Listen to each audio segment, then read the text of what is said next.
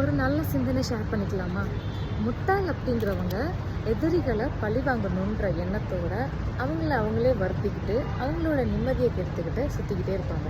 ஷார்ட்டாக சொல்லணுன்னா, முட்டாள்ங்கிறவங்க எதிரிகளை பழி வாங்க துடிப்பாங்க. அதே புத்திசாலியாக இருந்தாங்கன்னா அவங்கள அற்பமாக நினச்சி அவங்கள மன்னிச்சுட்டு கடந்து போயிடுவாங்க அப்படிங்கிறது தான். அதுக்குள்ளே நிறைய ஃபேக்ட் இருக்குது. எதையுமே மனசுக்குள்ளே போட்டு குப்பை தொட்டி மாதிரி நம்ம வச்சுக்கிட்டு இருக்காமல் ஒரு சில விஷயங்களை மன்னிக்கக்கூடிய விஷயங்களை மன்னிக்க தேவையில்லை, அதை கடந்து போயிடலாம். அவங்கள அற்பமாக நினச்சி கடந்து போயிடலாம். பெரிய பெரிய ஞானிகளும் சக்ஸஸ்ஃபுல் பர்சனும் அதுதான் ஃபாலோ பண்ணுறாங்க.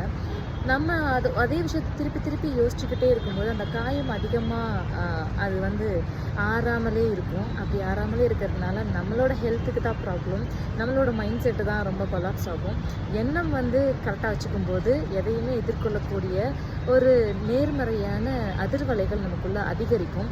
ஸோ இந்த மாதிரி பழி வாங்குறது, பொறாமப்படுறது, இந்த மாதிரி குணங்களை விலக்கி வைக்கிறது நம்மளுடைய நேர்மறை சிந்தனைகளை அதிகரிக்கிறதுக்கு ஒரு பெரிய மோட்டிவேஷனாக இருக்கும். கரெக்ட் தானே நான் சொல்கிறது? நீங்கள் என்ன நினைக்கிறீங்கன்னு கமெண்ட்ஸில் சொல்லுங்கள்.